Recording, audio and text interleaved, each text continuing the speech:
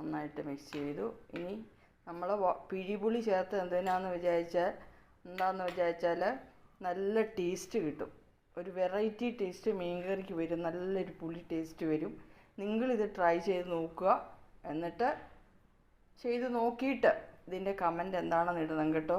അപ്പോൾ ഇനി നമുക്കിത് റെഡിയായി.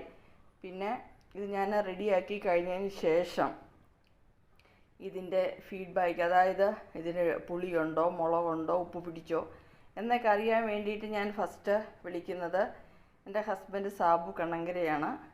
പുള്ളി വന്ന് ടേസ്റ്റ് നോക്കിയിട്ടാണ് ഇതിൻ്റെ യഥാർത്ഥമായ ടേസ്റ്റ് പറയുന്നത്. കാരണം ഞാൻ ഈ വക സാധനങ്ങളൊന്നും ഉപയോഗിക്കാറില്ല.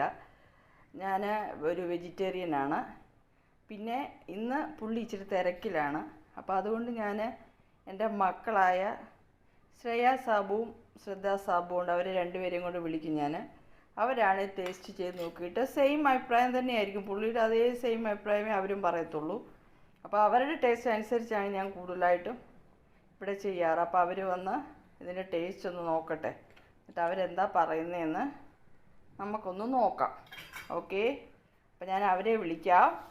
ഞാബോ കമോൺ. അത് ഞാൻ കുറേ നേരമായിട്ട് ചെയ്യായിരുന്നു. അപ്പോൾ അതാ നമ്മുടെ മീൻകറി റെഡി ആയിട്ടുണ്ട്. അച്ഛയില്ലാത്തത് കൊണ്ട് ഞാനിന്ന് നിങ്ങൾക്ക് ടേസ്റ്റ് ചെയ്ത് തരാം.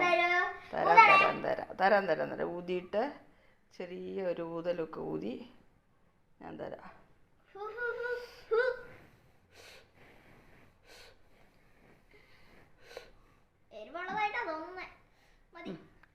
ടേസ്റ്റ് ചെയ്ത് നോക്കിയേ.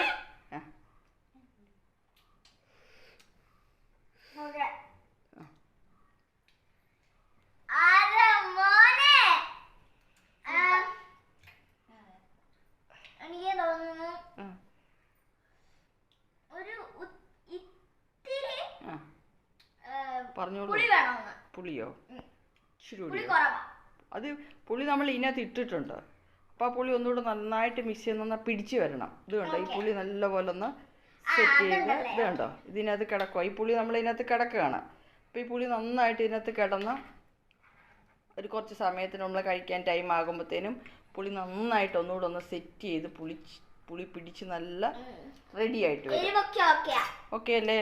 എല്ലാം ഓക്കെ ആണല്ലോ? Okay okay okay. അപ്പോൾ ശരി, താങ്ക് യു.